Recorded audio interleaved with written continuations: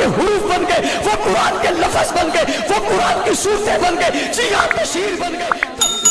تو پہلا مدرسہ جو رسول خدا صلی اللہ علیہ وسلم نے قائم کیا، اس مدرسے کے پہلے طالب العلم اور پہلے طلباء صحابہ کرام تھے، اور اس مدرسے کا آغاز ابو بکر صدیق تھے، اس مدرسے کی ابتدا ابو بکر صدیق تھے، جنہوں نے رسول خدا صلی اللہ علیہ وسلم کی تعلیمات کو سیکھا اور سمجھا، اور صحابہ کرام آتے گئے اور جناب رسول اللہ صلی اللہ علیہ وسلم سے پڑھتے گئے۔ آج اس مدرسے کا سالانہ پروگرام ہے۔ ابھی یہ جو بچے جنہوں نے خوبصورت پگڑیاں پہنی ہیں اور لباس پہنا ہوا ہے، جب یہاں سے جائیں گے، جاتے ہوئے رستے میں کوئی آدمی ان کو ملے اور مل کر کہے کہ یہ بچہ ٹھیک نہیں ہے، اسے خبیث کہہ دے یا اسے برا کہہ دے یا اسے کوئی گالی دے دے، تو آپ میں سے جو لوگ ہیں، بالخصوص ان کے والدین، رشتہ دار، کیا وہ اس بات کو برداشت کر لیں گے کہ اس بچے کو کوئی گالی دے؟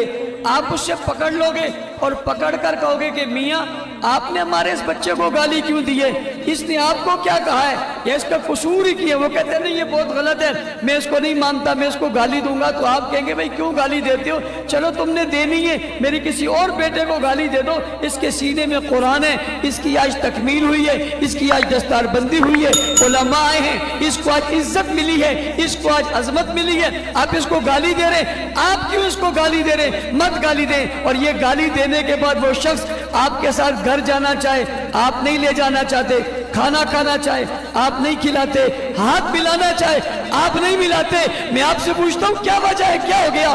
آپ ایسا کیوں کر رہے ہیں؟ بڑے شدت پسند ہو، بڑے سخت ہو، بڑے تقریب کار ہو، کوئی بات نہیں، تحمل، صبر، بردباری، معاشرے میں اچھائی، بھلائی، نیکی، دل کا بڑا کرنا، صبر کا کرنا، کوئی بات نہیں۔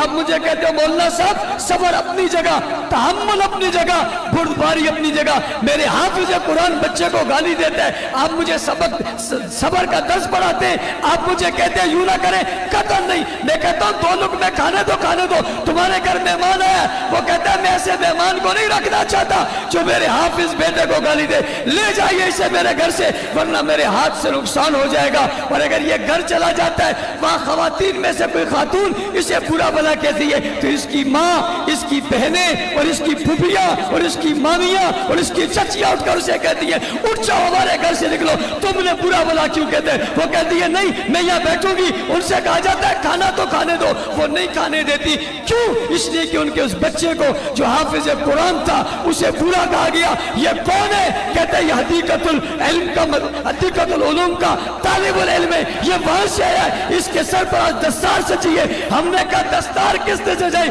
کہا جناب عبدالجبار حیدری نے، مولانا شکیل حیدری نے، عبداللہ عباس نے، جناب لالا شیر افضل نے، جناب حاجی نواز نے، ان لوگوں نے ان کے سر پر جو ہے ہاتھ رکھا ہے۔ یہ بڑے لوگ ہیں، جماعت کے لوگ ہیں، اس کی وجہ سے بھی اس کی عزت بنی ہے، ہم اس سے برا نہیں کہنے دیں گے۔ میں نے کہا اس بات کے سمجھنے کے بعد تمہیں اگلی بات سمجھانا چاہتا ہوں۔ ہمیں شدت پسند کہتے ہو، ہمیں تقریب کار کہتے ہو، ہمیں انتصاب پسند کہتے ہو، ہمیں مجنون کہتے ہو، ہمیں دیوانہ کہتے ہو، ہمیں سخت کہتے ہو۔ ہم نے سختی کیا کی ہے؟ ہم نے شدت کیا کی ہے؟ تمہارے بچے کی بات آ جائے، حافظ قرآن کی بات آ جائے، امام مسجد کی بات آ جائے، مؤذن مسجد کی بات آ جائے، مدرسے کے مدرس کی بات آ جائے، مدرسے کے معلم کی بات آ جائے، متعلم کی بات آ جائے، شیخ الحدیث کی بات آ جائے، شیخ التفسیر کی بات آ جائے، تمہارے لیڈر کی بات آ جائے، تمہارے رہنما کی بات آ جائے، تم برداشت نہیں کرتے ہو جو رسول اللہ کے قدموں میں بیٹھ کر جس نے قرآن پڑھا، جس نے قرآن سیکھا، جس نے قرآن سمجھا، بات یہی ختم نہیں ہوگی، پھر اس نے قرآن لکھا، یہی ختم نہیں ہوگی، پھر وہ قرآن میں آ گیا، پھر وہ قرآن میں سچ گیا، وہ قرآن کی آیتیں بن گئے، وہ قرآن کے حروف بن گئے، وہ قرآن کے لفظ بن گئے، وہ قرآن کی صورتیں بن گئے، جی ہاں بشیر بن گئے، تفسیر بن گئے، شان نروت بن گئے، شان نزول بن گئے، پھر قرآن لے کر چل پڑے، قرآن لے کر اٹھ پڑے۔ جامع القرآن بھی وہی ہے، ناشر القرآن بھی وہی ہے، عالم قرآن بھی وہی ہے، عامل قرآن بھی وہی ہے, حافظ قرآن بھی وہی ہے, قاری قرآن بھی وہی ہے, مخاطب قرآن بھی وہی ہے, ابتدائی قرآن بھی وہی ہے, آغاز قرآن بھی وہی ہے, عروج قرآن بھی وہی ہے, رحمان کی بات بھی وہی ہے, مصطفیٰ کی بات بھی وہی ہے, پیغمبر کی ذات اور صفات کے کمالات کا مظہر بھی وہی ہے, پیغمبر کے ساتھی بھی وہی ہے, رفیق بھی وہی ہے, بدر میں بھی وہی ہے, احد میں بھی وہی ہے, خیبر میں بھی وہی ہے, حنین میں بھی وہی ہے, تبوک میں بھی وہی ہے, شربوت بھی وہی ہے, پڑھتے بھی وہی ہے, پڑھاتے بھی وہی ہے, اٹھاتے بھی وہی ہے, پہچاتے بھی وہی ہے, پھیلاتے بھی وہی ہے, مومنون وہی بنے ہیں, مفلحون وہی بنے ہیں, حقہ وہی بنے ہیں, لہم مغفرۃ وہی بنے ہیں, رضی اللہ عنہ ورضوان کا مصداق وہی بنے ہیں. قرآن ان سے ہے, وہ قرآن سے ہے, وہ قرآن میں ہے, قرآن ان میں ہے, قرآن ان میں چمکتا ہے, وہ قرآن میں چمکتے ہیں. سمجھو وہ قرآن میں بولتے ہیں, قرآن ان میں بولتا ہے. وہ قرآن میں بولتے ہیں, قرآن ان میں بولتا ہے. وہ قرآن پڑھتے ہیں, قرآن انہیں پڑھتا ہے.